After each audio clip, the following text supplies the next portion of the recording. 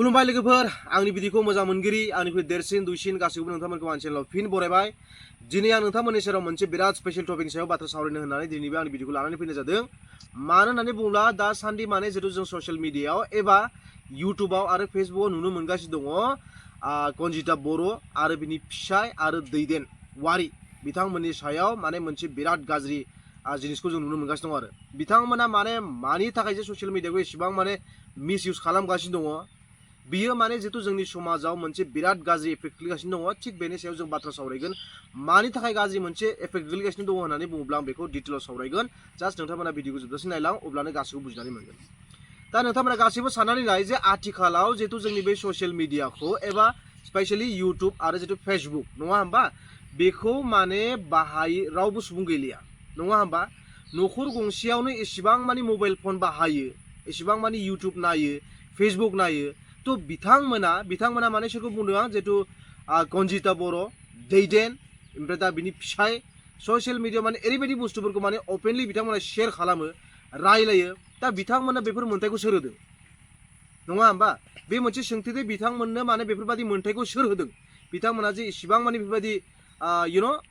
माखासे सिक्रेट रावफोरखौ जायखौ माने प्राइभेसि बुङो नङा होमबा बैफोर रावखौ जे बिथांमोना इसिबां अपेनलि शेयार खालामनो हायो बे रावखौ माने सोर मोन्थाय होखो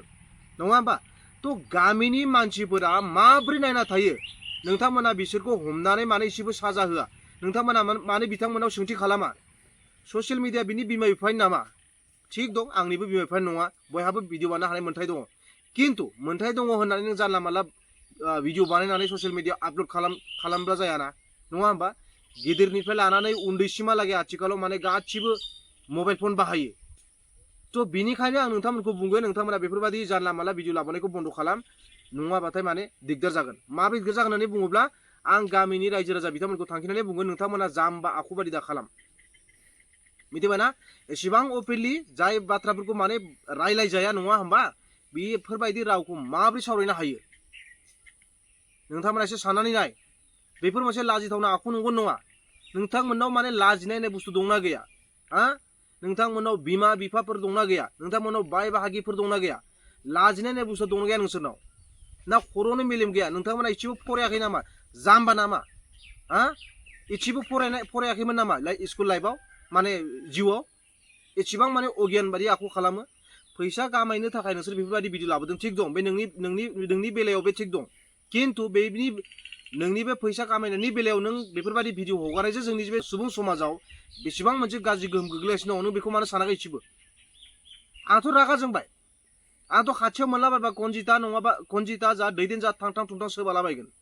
मिथिबायना नोंसोर सोरलै भाइमोन एसेबो लाजिनो सोलोङाखै नामा बिमा बिफा गैया नामा न'खराव बांद्राय खालामनाङा बुजिबायना आं बेफोरबायदि भिडिअखौ आं गावबो लाबोआ आरो आं गुबुनखौ नुजानोबो बायो मानो होननानै बुङोब्ला जोंहा न'खराव जोंनि फिसा फिसौ दङ बिमा बिफा दङ मिथिबायना बिदा फंबाय दङ जोंहा नङा होमबा गंफ्रोमबो न'खरा आथिखालाव बयबो मबाइल सालायो नङा होमबा तो नोंसोरनि भिडिअखौ जोङो नुब्ला माबायदि सानगोन नङा होमबा जोंहा लाजिनाय गैया नामा नोंसोरा लाजिनाय गैयाब्लाबो जोंहा लाजिनाय दङ जाम्बा बायदि आखुखौ गार नङाबा बिगुरा जिगोन खिन्थु आरो बुंखादों आरो आं गामिनि रायजो राजा बिथांमोनखौ एसे खावलायगोन नोंथांमोना जाम्बासो होनना बुङो नोंथांमोनखौ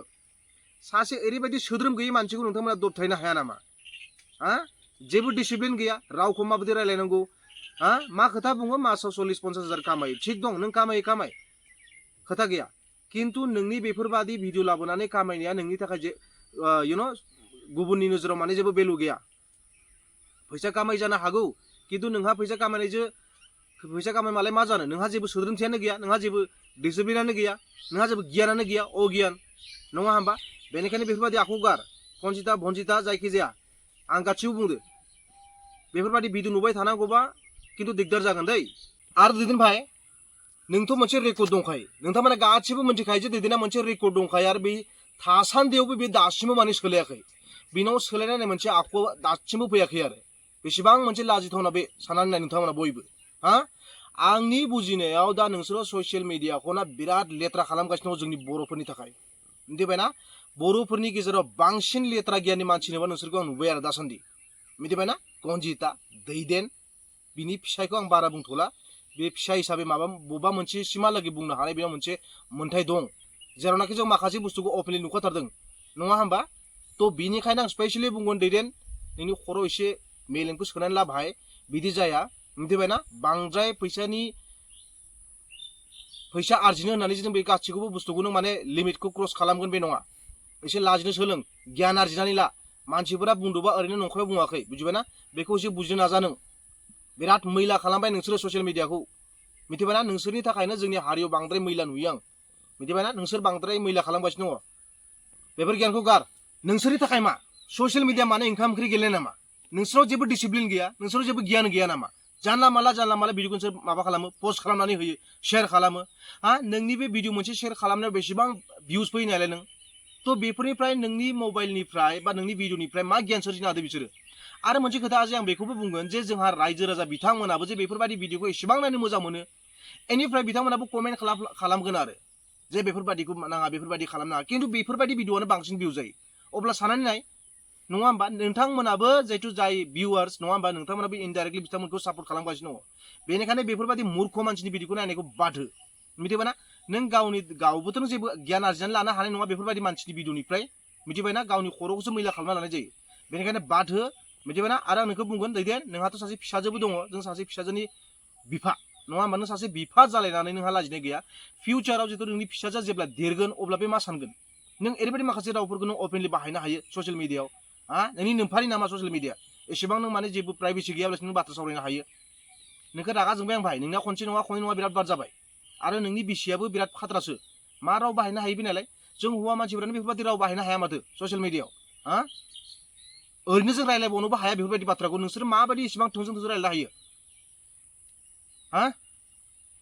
दैदेननि बिसि नोंबोथ' बिराद गाज्रि मोनसे राव बुंदो आं बे रावखौ खोनानानै नोंखौ बिराद रागा जोंदो नोंनाव खर' मेलेम दंना गैया सासे हिन्जाव मानसिया लानानै बेफोरबायदि राव बाहायनो हायो एसे बुजि मिथिबायना बांद्राय बेफोरबायदिया गाज्रि सिमा थानांगौ सिमाखौ बारोबाथाय बिराद खस्थ' मोनगोन उनाव बांद्रायखौ बुंला गियाना सोलाय नङाबाथाय उनहालागै नोंसोरो बिराद गोथौ हाखराव गब्रगोन जों बयबो मिथिगौ दासान्दि माने जितु जोंनि बर'फोरनि इउटुबारनि गेजेरावबो माखासे बिराद मोजां इउटुबार दं जायफोर भिडिअखौ नायोब्लाथाय जोङो गियान सोरजिनो हायो आं थोंजोङैनो माखासे राव बुंगोन जितु एलके प्रडाक्शन मोजां भिडिअ लाबोयो बिथांनियावबो आथिखालाव इसेबां मानि जितु भिउजानो फैला आरो मोनसे दंबावो डार्क डायरिस ना मा मोनसे दंबावो बेफोराव मोजां माने पडकास्ट खालामो दा बेफोरबायदि भिडिअखौ नाया जोंनिया बेसेन गैयै जानला मानला जेराव गाज्रि राव बाहायगोन मिथिबायना जेराव वालगार माबागोन स्लें वार्ड बाहायगोन बैफोरबायदि भिडिअखौ नायनायाबो जोम मिथिबायना 1 घन्टायावनो हाजार भिउस फैगोन मिथिबायना तो बेवहाय जितु जोंनि नायगिरि बिथांमोननिबो बिराद गिदिर मोनसे गोरोन्थि दङ बेनिखायनो बेफोरबायदि मानसिनि भिडिअखौ डाइरेक्ट आनसाबस्क्राइब खालाम बास आंनाथ' बेसेखा रावा थोंजोंखा आं बांद्रायखौ बुंला जोंनि भिडिअ बेयावनो जोब्बाय गोजोन्थों।